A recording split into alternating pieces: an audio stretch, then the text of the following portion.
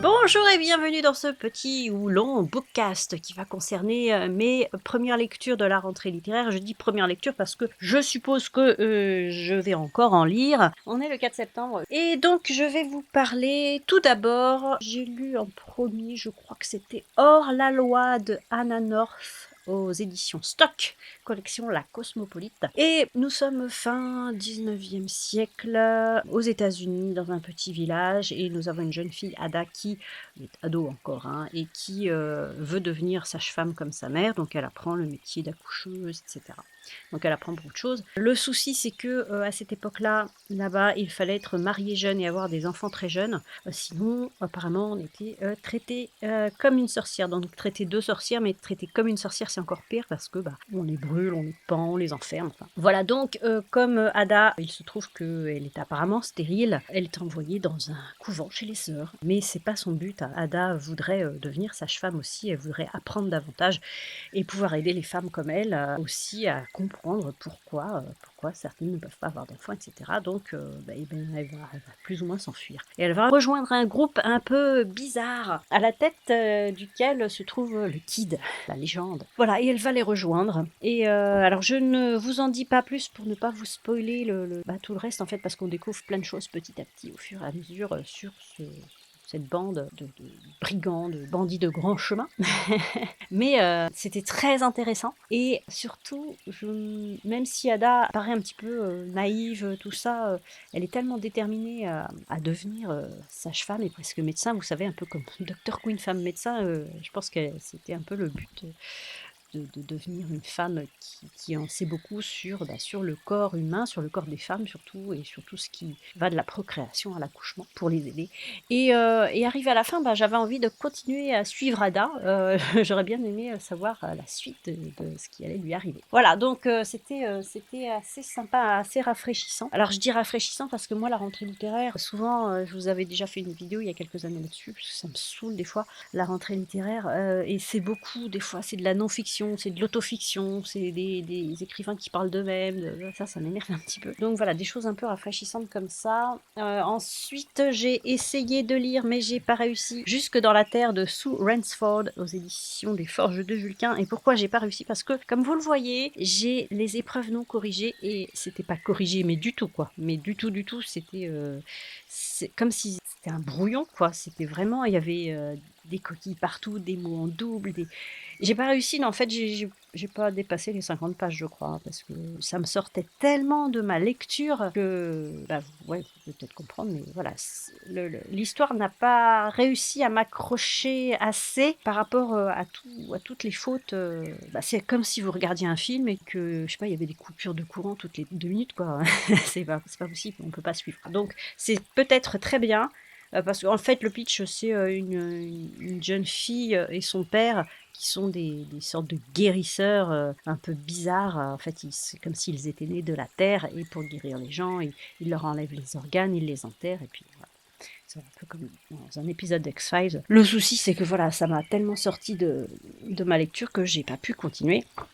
Donc ensuite, j'ai essayé de lire Vivance de David Lopez aux éditions du Seuil, qui sont aussi des épreuves non corrigées. Donc là, pas de souci de correction, de quoi que ce soit, de faute, de coquille. Mais en fait, je me suis pas du tout accrochée au personnage principal. J'avais pas envie de savoir pourquoi il était là. J'avais pas envie de savoir où est-ce qu'il allait. Donc pareil, au bout de 50 pages, j'ai arrêté parce que je m'ennuyais.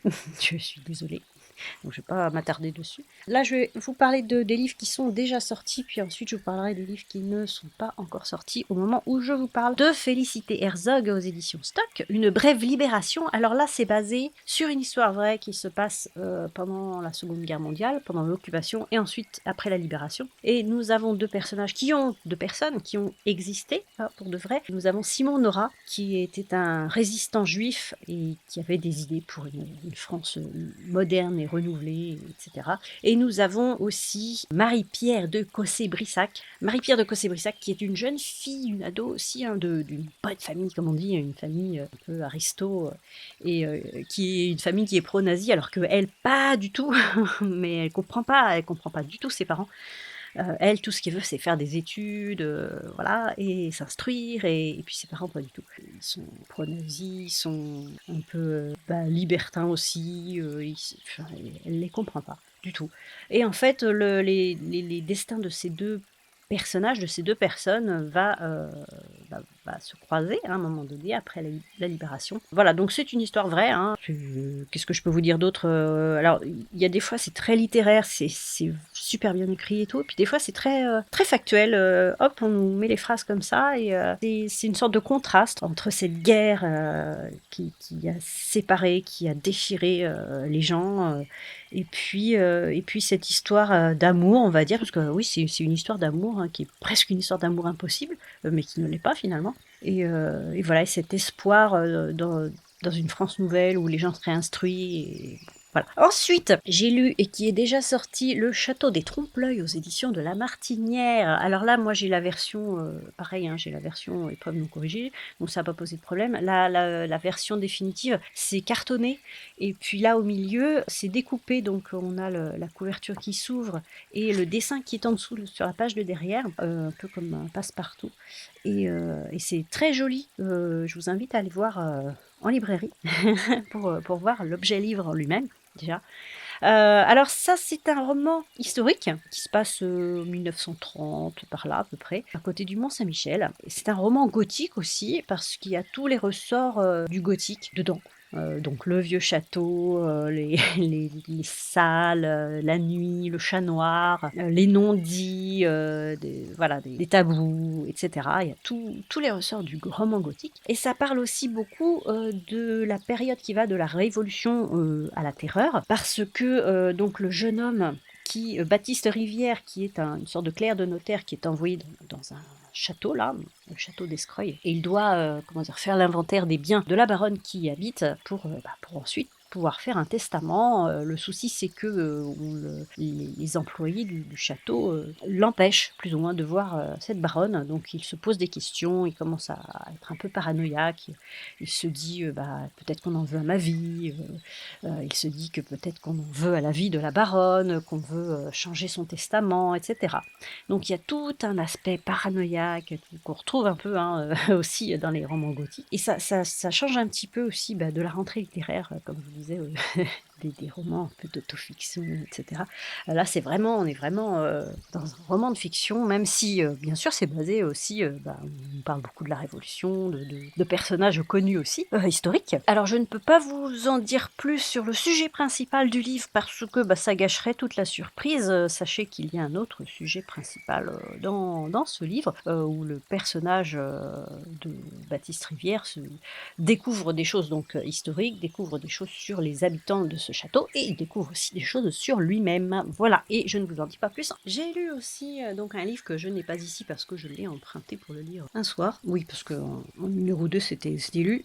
C'est le dernier Amélie Nothomb, le livre des sœurs, chez Albin Michel. Donc toujours avec Amélie Nothomb, un livre très très court. Là, je l'ai trouvé un peu plus gentil que les autres finalement. C'est l'histoire d'une petite fille depuis sa naissance en fait, qui elle est un peu surdouée. Elle comprend tout très très vite, et elle est très très sensible à ce que lui disent ses parents. Ses parents qui sont fous amoureux l'un de l'autre et qui s'occupent plus d'eux entre eux que de leur fille. Donc elle apprend, elle de son côté, elle réfléchit très très jeune, elle est consciente des choses. Et puis un jour arrive une petite sœur, et bien c'est elle qui va s'occuper de sa petite sœur, parce que pareil, hein, les parents... ils font leur vie, c'est pas qu'ils les aiment pas, hein, mais ils s'aiment tellement entre eux qu'ils s'occupent pas trop de leur fille. Et puis il se trouve que leur aînée est tellement douée, tellement en avance sur son âge, qu'elle arrive très bien à s'occuper de sa petite sœur. Et donc nous voilà avec ces deux sœurs, d'où le titre, hein, une qui est surdouée, et puis l'autre pas forcément, mais elle lui apprend tellement de choses, et puis elles s'entendent tellement bien. Et en fait ça va être ça jusqu'à leur adolescence, et ensuite un petit peu l'âge adulte, on les rencontre aussi à l'âge adulte. On suit la vie de ces deux sœurs. Qu'est-ce que je peux vous dire de plus? C'est très psychanalytique. Hein. Oui, c'est un livre à offrir à des psychanalystes en herbe, je dirais, ou à une sœur qu'on adore, parce que c'est une sorte de message d'amour sororal. Je peux pas trop vous en dire plus parce que le roman étant tellement court, oui, ce serait un peu tout vous révéler. Déjà, je vous en ai dit beaucoup. C'est d'une autombe gentille, d'une autombe sage, je dirais, parce que même si, alors elles ont aussi une cousine qui est très proche d'elles. Il se passe quelque chose avec cette cousine, mais je peux pas trop vous dire quoi. Mais voilà, hein, par rapport à d'autres livres de Nothomb que j'ai pu lire, surtout les premiers, enfin oui, ça reste quand même assez sage, j'ai envie de dire. Ensuite, je vais vous parler donc de livres qui ne sont pas encore sortis pour moi. Tout d'abord, celui qui va sortir le plus proche, je crois, ça doit être celui-ci de Michael Connelly, Les Ténèbres et la Nuit, aux éditions Calman Lévy Noir. Donc j'avais déjà lu, je crois, 3 romans de Michael Connelly, ceux qui parlent de Poe.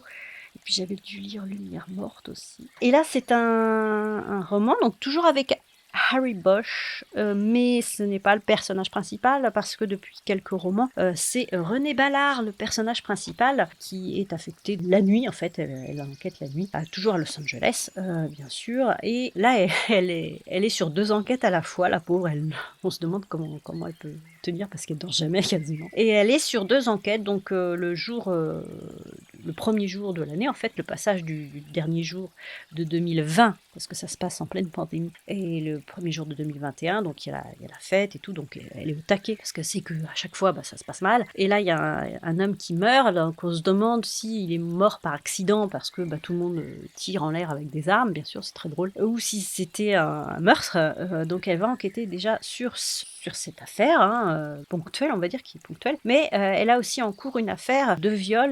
Il y a deux hommes qui violent en duo des femmes seules. Voilà, donc elle est déjà sur cette affaire plus ou moins, mais elle ne peut réagir que quand il y a un nouveau viol en fait, donc c'est un peu le problème. Et elle enquête sur les deux à la fois, et elle demande de l'aide à Harry Bosch parce que elle est toute seule déjà, parce qu'elle a une collègue mais qui n'en fait pas une.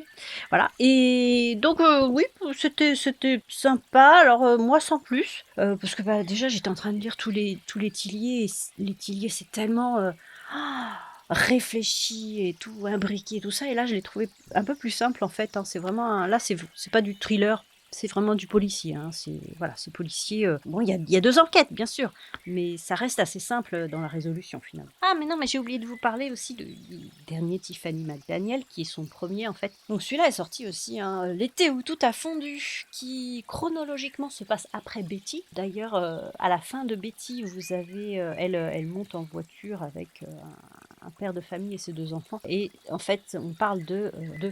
Ce sont eux les personnages principaux de ce roman, donc Autopsie Bliss, qui est le père de famille. Et en fait, le narrateur, c'est Fielding Bliss, le plus jeune garçon de la famille. Et c'est un été caniculaire, mais il n'a jamais fait aussi chaud. Les gens n'en peuvent plus, ils achètent tous les ventilateurs. Ça se passe en 1984. Et puis, sur un coup de tête, Autopsie Bliss passe une petite annonce pour inviter le diable dans leur petite ville, et le lendemain se pointe un petit garçon noir, tout dépenaillé, une salopette toute sale et tout. On se demande d'où il sort, et Fielding Bliss, donc le jeune homme qui a 13 ans, 1984, demande ce qu'il fait là et tout, et lui, il lui dit je suis le diable. Ton père a passé une petite annonce, donc je viens, on m'a invité, je viens. Et il se trouve que il s'appelle Sal, il se fait appeler Sal, hein, c'est le diminutif de Satan et Lucifer. Il se trouve que Sal est un garçon adorable, finalement. Le souci, c'est que tout le monde ne l'aime pas. D'une part parce qu'il dit qu'il est le diable, donc certains le croient. Peut-être qu'il est vraiment le diable, hein, nous on ne sait pas. Et d'autre part parce qu'il est noir. Et donc, comme il y a des racistes, eh bien, voilà. L'autre souci, c'est que il se passe des choses, hein. C'est un été un peu particulier, il fait tellement chaud, les gens sont tellement énervés, ils sont tellement racistes aussi que tout se passe mal. Et tout ce qui se passe mal, les gens, surtout des voisins de Fielding, disent que c'est à cause de Sal, à cause du diable, et donc ils le persécutent. Et en fait, tout le village, toute la petite ville commence à devenir un peu folle. Ça m'a fait un peu penser à Bazar, vous savez, quand tous les gens commencent à devenir un peu dingos. Et c'est en fait tout l'été, c'est ça et c'est raconté par Fielding et Fielding en fait, il nous raconte ça, il est très vieux maintenant, hein, on est en 2055, il nous raconte un petit peu de temps en temps sa vie et surtout le souvenir de cet été 1984 et comme dans Betty en fait, Tiffany McDaniel, elle prend une corde sensible et elle la fait vibrer. Là en 1984, la corde sensible, en plus, hein, de ces gens qui deviennent fous, c'est aussi, la peur du sida. Parce qu'on en parle, parce qu'à l'époque, ça commençait un petit peu à faire peur aux gens et puis bien sûr, quelque chose qui aussi, n'en finit jamais, ce racisme, et cette façon qu'ont les gens de perdre totalement leur, libre arbitre, d'être manipulés en fait, parce qu'ils sont manipulés par le voisin très raciste de Fielding et de sa famille. Et il y a aussi un final, pouf, on ne s'y attend pas du tout! Donc l'été où tout a fondu, alors déjà d'une part, c'est bien vu parce que cet été il a fait aussi très chaud. Et c'est un superbe roman. Tiffany McDaniel, c'est une conteuse exceptionnelle, quoi. Elle est vraiment, fascinante elle sait raconter les histoires, quoi. Elle nous donne un petit élément comme ça et ensuite on découle toute une histoire, tout un événement et c'est très bien écrit. J'ai vraiment aimé. Je crois que c'est le je pense que c'est le roman pour l'instant que j'ai lu qui m'a le plus, plu de cette rentrée littéraire. Et ensuite, je vais vous parler de 2 livres de la même collection aux éditions Erol. C'est la collection romans d'histoire pop où, comment dire, on prend un personnage historique et un personnage qui a vraiment existé et on raconte une partie de sa vie de manière un petit peu drôle et un peu anachronique aussi dans les paroles, dans le verbal. Il y a tout d'abord J'ai craqué au bureau, histoire ébouriffante de Louis Pasteur. Donc on suit Louis Pasteur, donc il est déjà hémiplégique, mais il travaille comme un acharné sur son vaccin contre la rage et sur l'établissement de son institut. Et donc nous suivons quelques années de la vie de Louis Pasteur et toutes les embûches qu'il rencontre face aux antivax, face aux gens qui veulent protéger les animaux, parce que bien sûr à l'époque aussi, il faisait des expériences sur les animaux pour son vaccin, etc. Et c'est à la fois drôle parce que c'est raconté de manière drôle, mais c'est aussi très intéressant parce que c'est très documenté. Donc là, je ne l'ai pas dit, c'est de Louis Cado, celui sur Louis Pasteur. Donc moi, j'ai appris pas mal de choses sur Louis Pasteur finalement. Et ensuite, il y a Mon enfance tout feu tout flamme, histoire ébouriffante de Jeanne d'Arc, hein, qui est celui-là de Michel Douard, pardon. Et c'est l'enfance de Jeanne d'Arc depuis sa naissance jusqu'à... je ne vous dis pas, tiens, je ne vous dis pas jusqu'à quand c'est. Et pareil, si vous aimez Jean Telet et puis Camelot, vous allez aimer Mon enfance tout feu tout flamme parce que on nous présente une Jeanne déterminée, tête brûlée, alors sans jeu de mots. Hein. Alors, il y en a pas mal des jeux de mots sur tout ce qui a trait autour du feu, tout ce qui a trait au feu, forcément. Et Jeanne est pieuse, mais d'une manière inimaginable. Donc on voit ses visions d'anges, etc. Et c'est drôle aussi, pareil, hein, c'est drôle et puis c'est instructif. Parce que moi, comme je dis à chaque fois que je lis un roman un peu historique, je suis nulle en histoire, mais il n'y a que comme ça finalement que j'apprends des choses, comme quand je lis les chroniques de Sainte-Marie, donc j'apprends des choses. Voilà, donc je vous les conseille et je crois que l'année prochaine, début d'année prochaine, il y en a un sur Vercingétorix qui va sortir aussi, donc instructif et drôle, on fonce. Voilà, donc pour l'instant, c'est tout ce que j'ai lu de la rentrée littéraire. Je pense pas que ce soit fini. Je vous referai une vidéo, une vidéo bookcast à ce moment-là. Et sur ce, bonne lecture.